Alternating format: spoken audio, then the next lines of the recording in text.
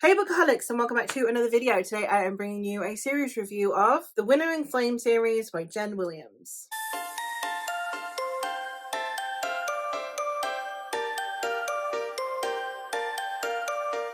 I read this in April as part of my Elise vlog where my friend Elise took over my TBR for a week. I had a fantastic time with this. Spoiler alert, I gave all of these either 4.5 or 5 stars, so this is a gush review. The Winnowing Flame series is an epic sci-fantasy series that consists of The Ninth Reign, The Bitter Twins, and The Poison Song. The Winnowing Flame series is the story of this world that has rains. The Durelia, this alien race, rain down havoc upon this planet, trying to eviscerate it. This planet is held together and kept safe by this group of individuals known as the Eborans, who are basically like elves, and they have long-lasting lives, and they are sustained by this tree, this magical tree known as Yggdrasil. And then when in the 8th reign the tree is destroyed, all hope is lost. The Eborans now have no way of sustaining themselves until they discover that they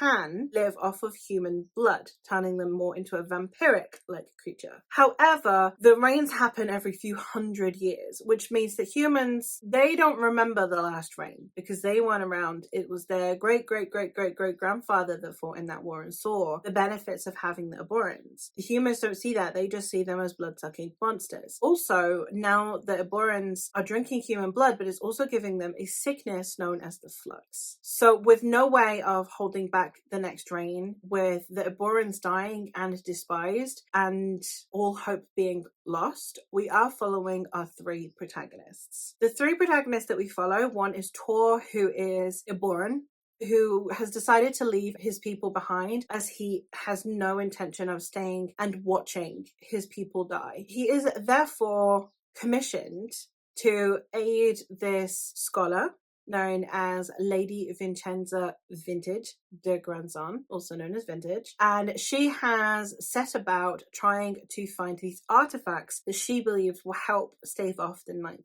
reign. Along the way, they happen to encounter our 3rd perspective, which is Noon. Noon is a witch from this institution that basically, if you turn out to be a witch, you get sent there and you are treated badly and shunned by society. So when she escapes, Vintage and Tor take her along with them, and they all set out together to go find these artifacts. Obviously, this is the main dominant plot of this is to fight back the 9th reign, but there is so much heart to it as well, and it's such a lovely mix of this darkness, this epic fantasy, this grueling world, and everything not going very well, versus these intimate moments between these characters and the way that their bonds form and the way they care for each other. Vintage is probably going to join the ranks amidst my favorite characters. I have a type when it comes to favorite characters, which are women who are really determined and normally quite academic, and Vintage is definitely going to be fitting into that type. I love reading this type of lady. She is also very charismatic and very fun to read. I love reading her perspectives. Tor was an interesting perspective to be following. He's a bit emo boy, but I'm here for it. And then Noon goes from this person who has had every part of them crushed out of them by this institution to someone who comes into their own. She goes from the quiet background priestess vibe to full-blown main character energy throughout this series, and I love seeing that progression because it felt really organic instead of it just being like, actually she was always this way. It's like, maybe, but she really needed to bring herself out of her shell to get there, and I really loved the way that the author went about it. The world building here is top tier. It's epic fantasy world building. We've got deities, we've got magic tree, we've got witches, vampires, the works. But then on top of that, we also have this alien species, this rain down from the sky kind of vibe, which made for a fantastic combination of sci-fi and fantasy tropes. In itself felt really unique due to the way that it was combined. A lot of the time, I'm quite a fan of quite Marmite series, ones where I could still say, yeah, no, I love this, but I don't think you'll like it. With this one, I think you'll like it. If you like epic fantasy, I can't see there being a reason you wouldn't. Obviously, personal taste, but in terms of me being able to point out something that would be objectively divisive, I can't think of anything. The prose style is super easy to get through. It's not too light that it's contemporary. It's not too dense that it's difficult on the brain. It has a really good balance of having an actual style while not being convoluted. The world building is easy to understand despite its complexity, and the character cast, I think, is also handled really well. I think that the ratio of protagonist to secondary to tertiary characters works really well. The amount of investment that you eventually get. There are so many side characters that I love. We've got Alistair, who is adorable, and I love him. We've got Vintage's family, especially through letters, the way she talks to them. We've got, later on, we've got some other characters, some from this institution that Noon is from. We've got some other Eborans. But one of the things that I will also point out is one of the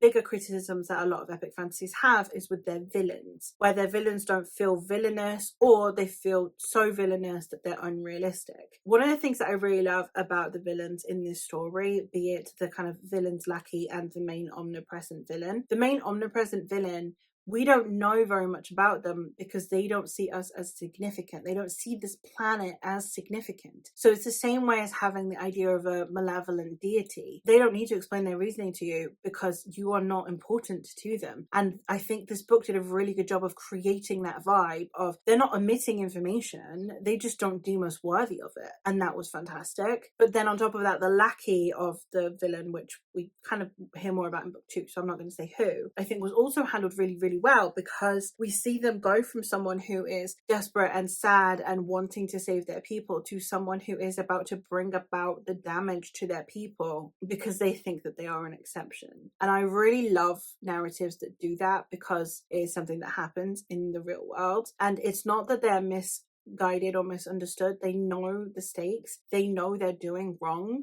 they just believe it's the only chance they have for their people, and they would rather protect their people at the expense of others. And I thought that was really well handled because it's not someone who is morally ambiguous.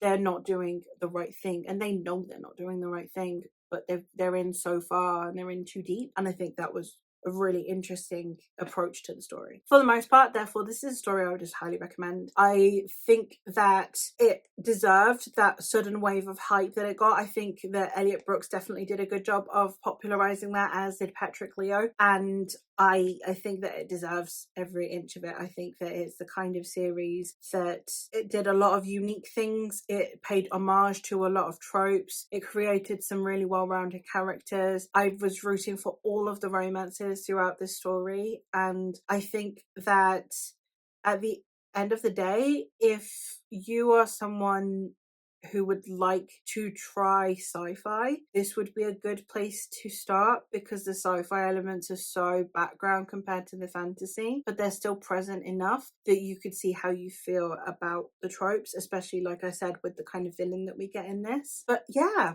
that is all for this review. So let me know if you've read this series and what you thought of it, or based on my liking of this series, if there is another series that you think I might like. But that is all for me for today, so I'll hopefully catch you in another one soon. Bye.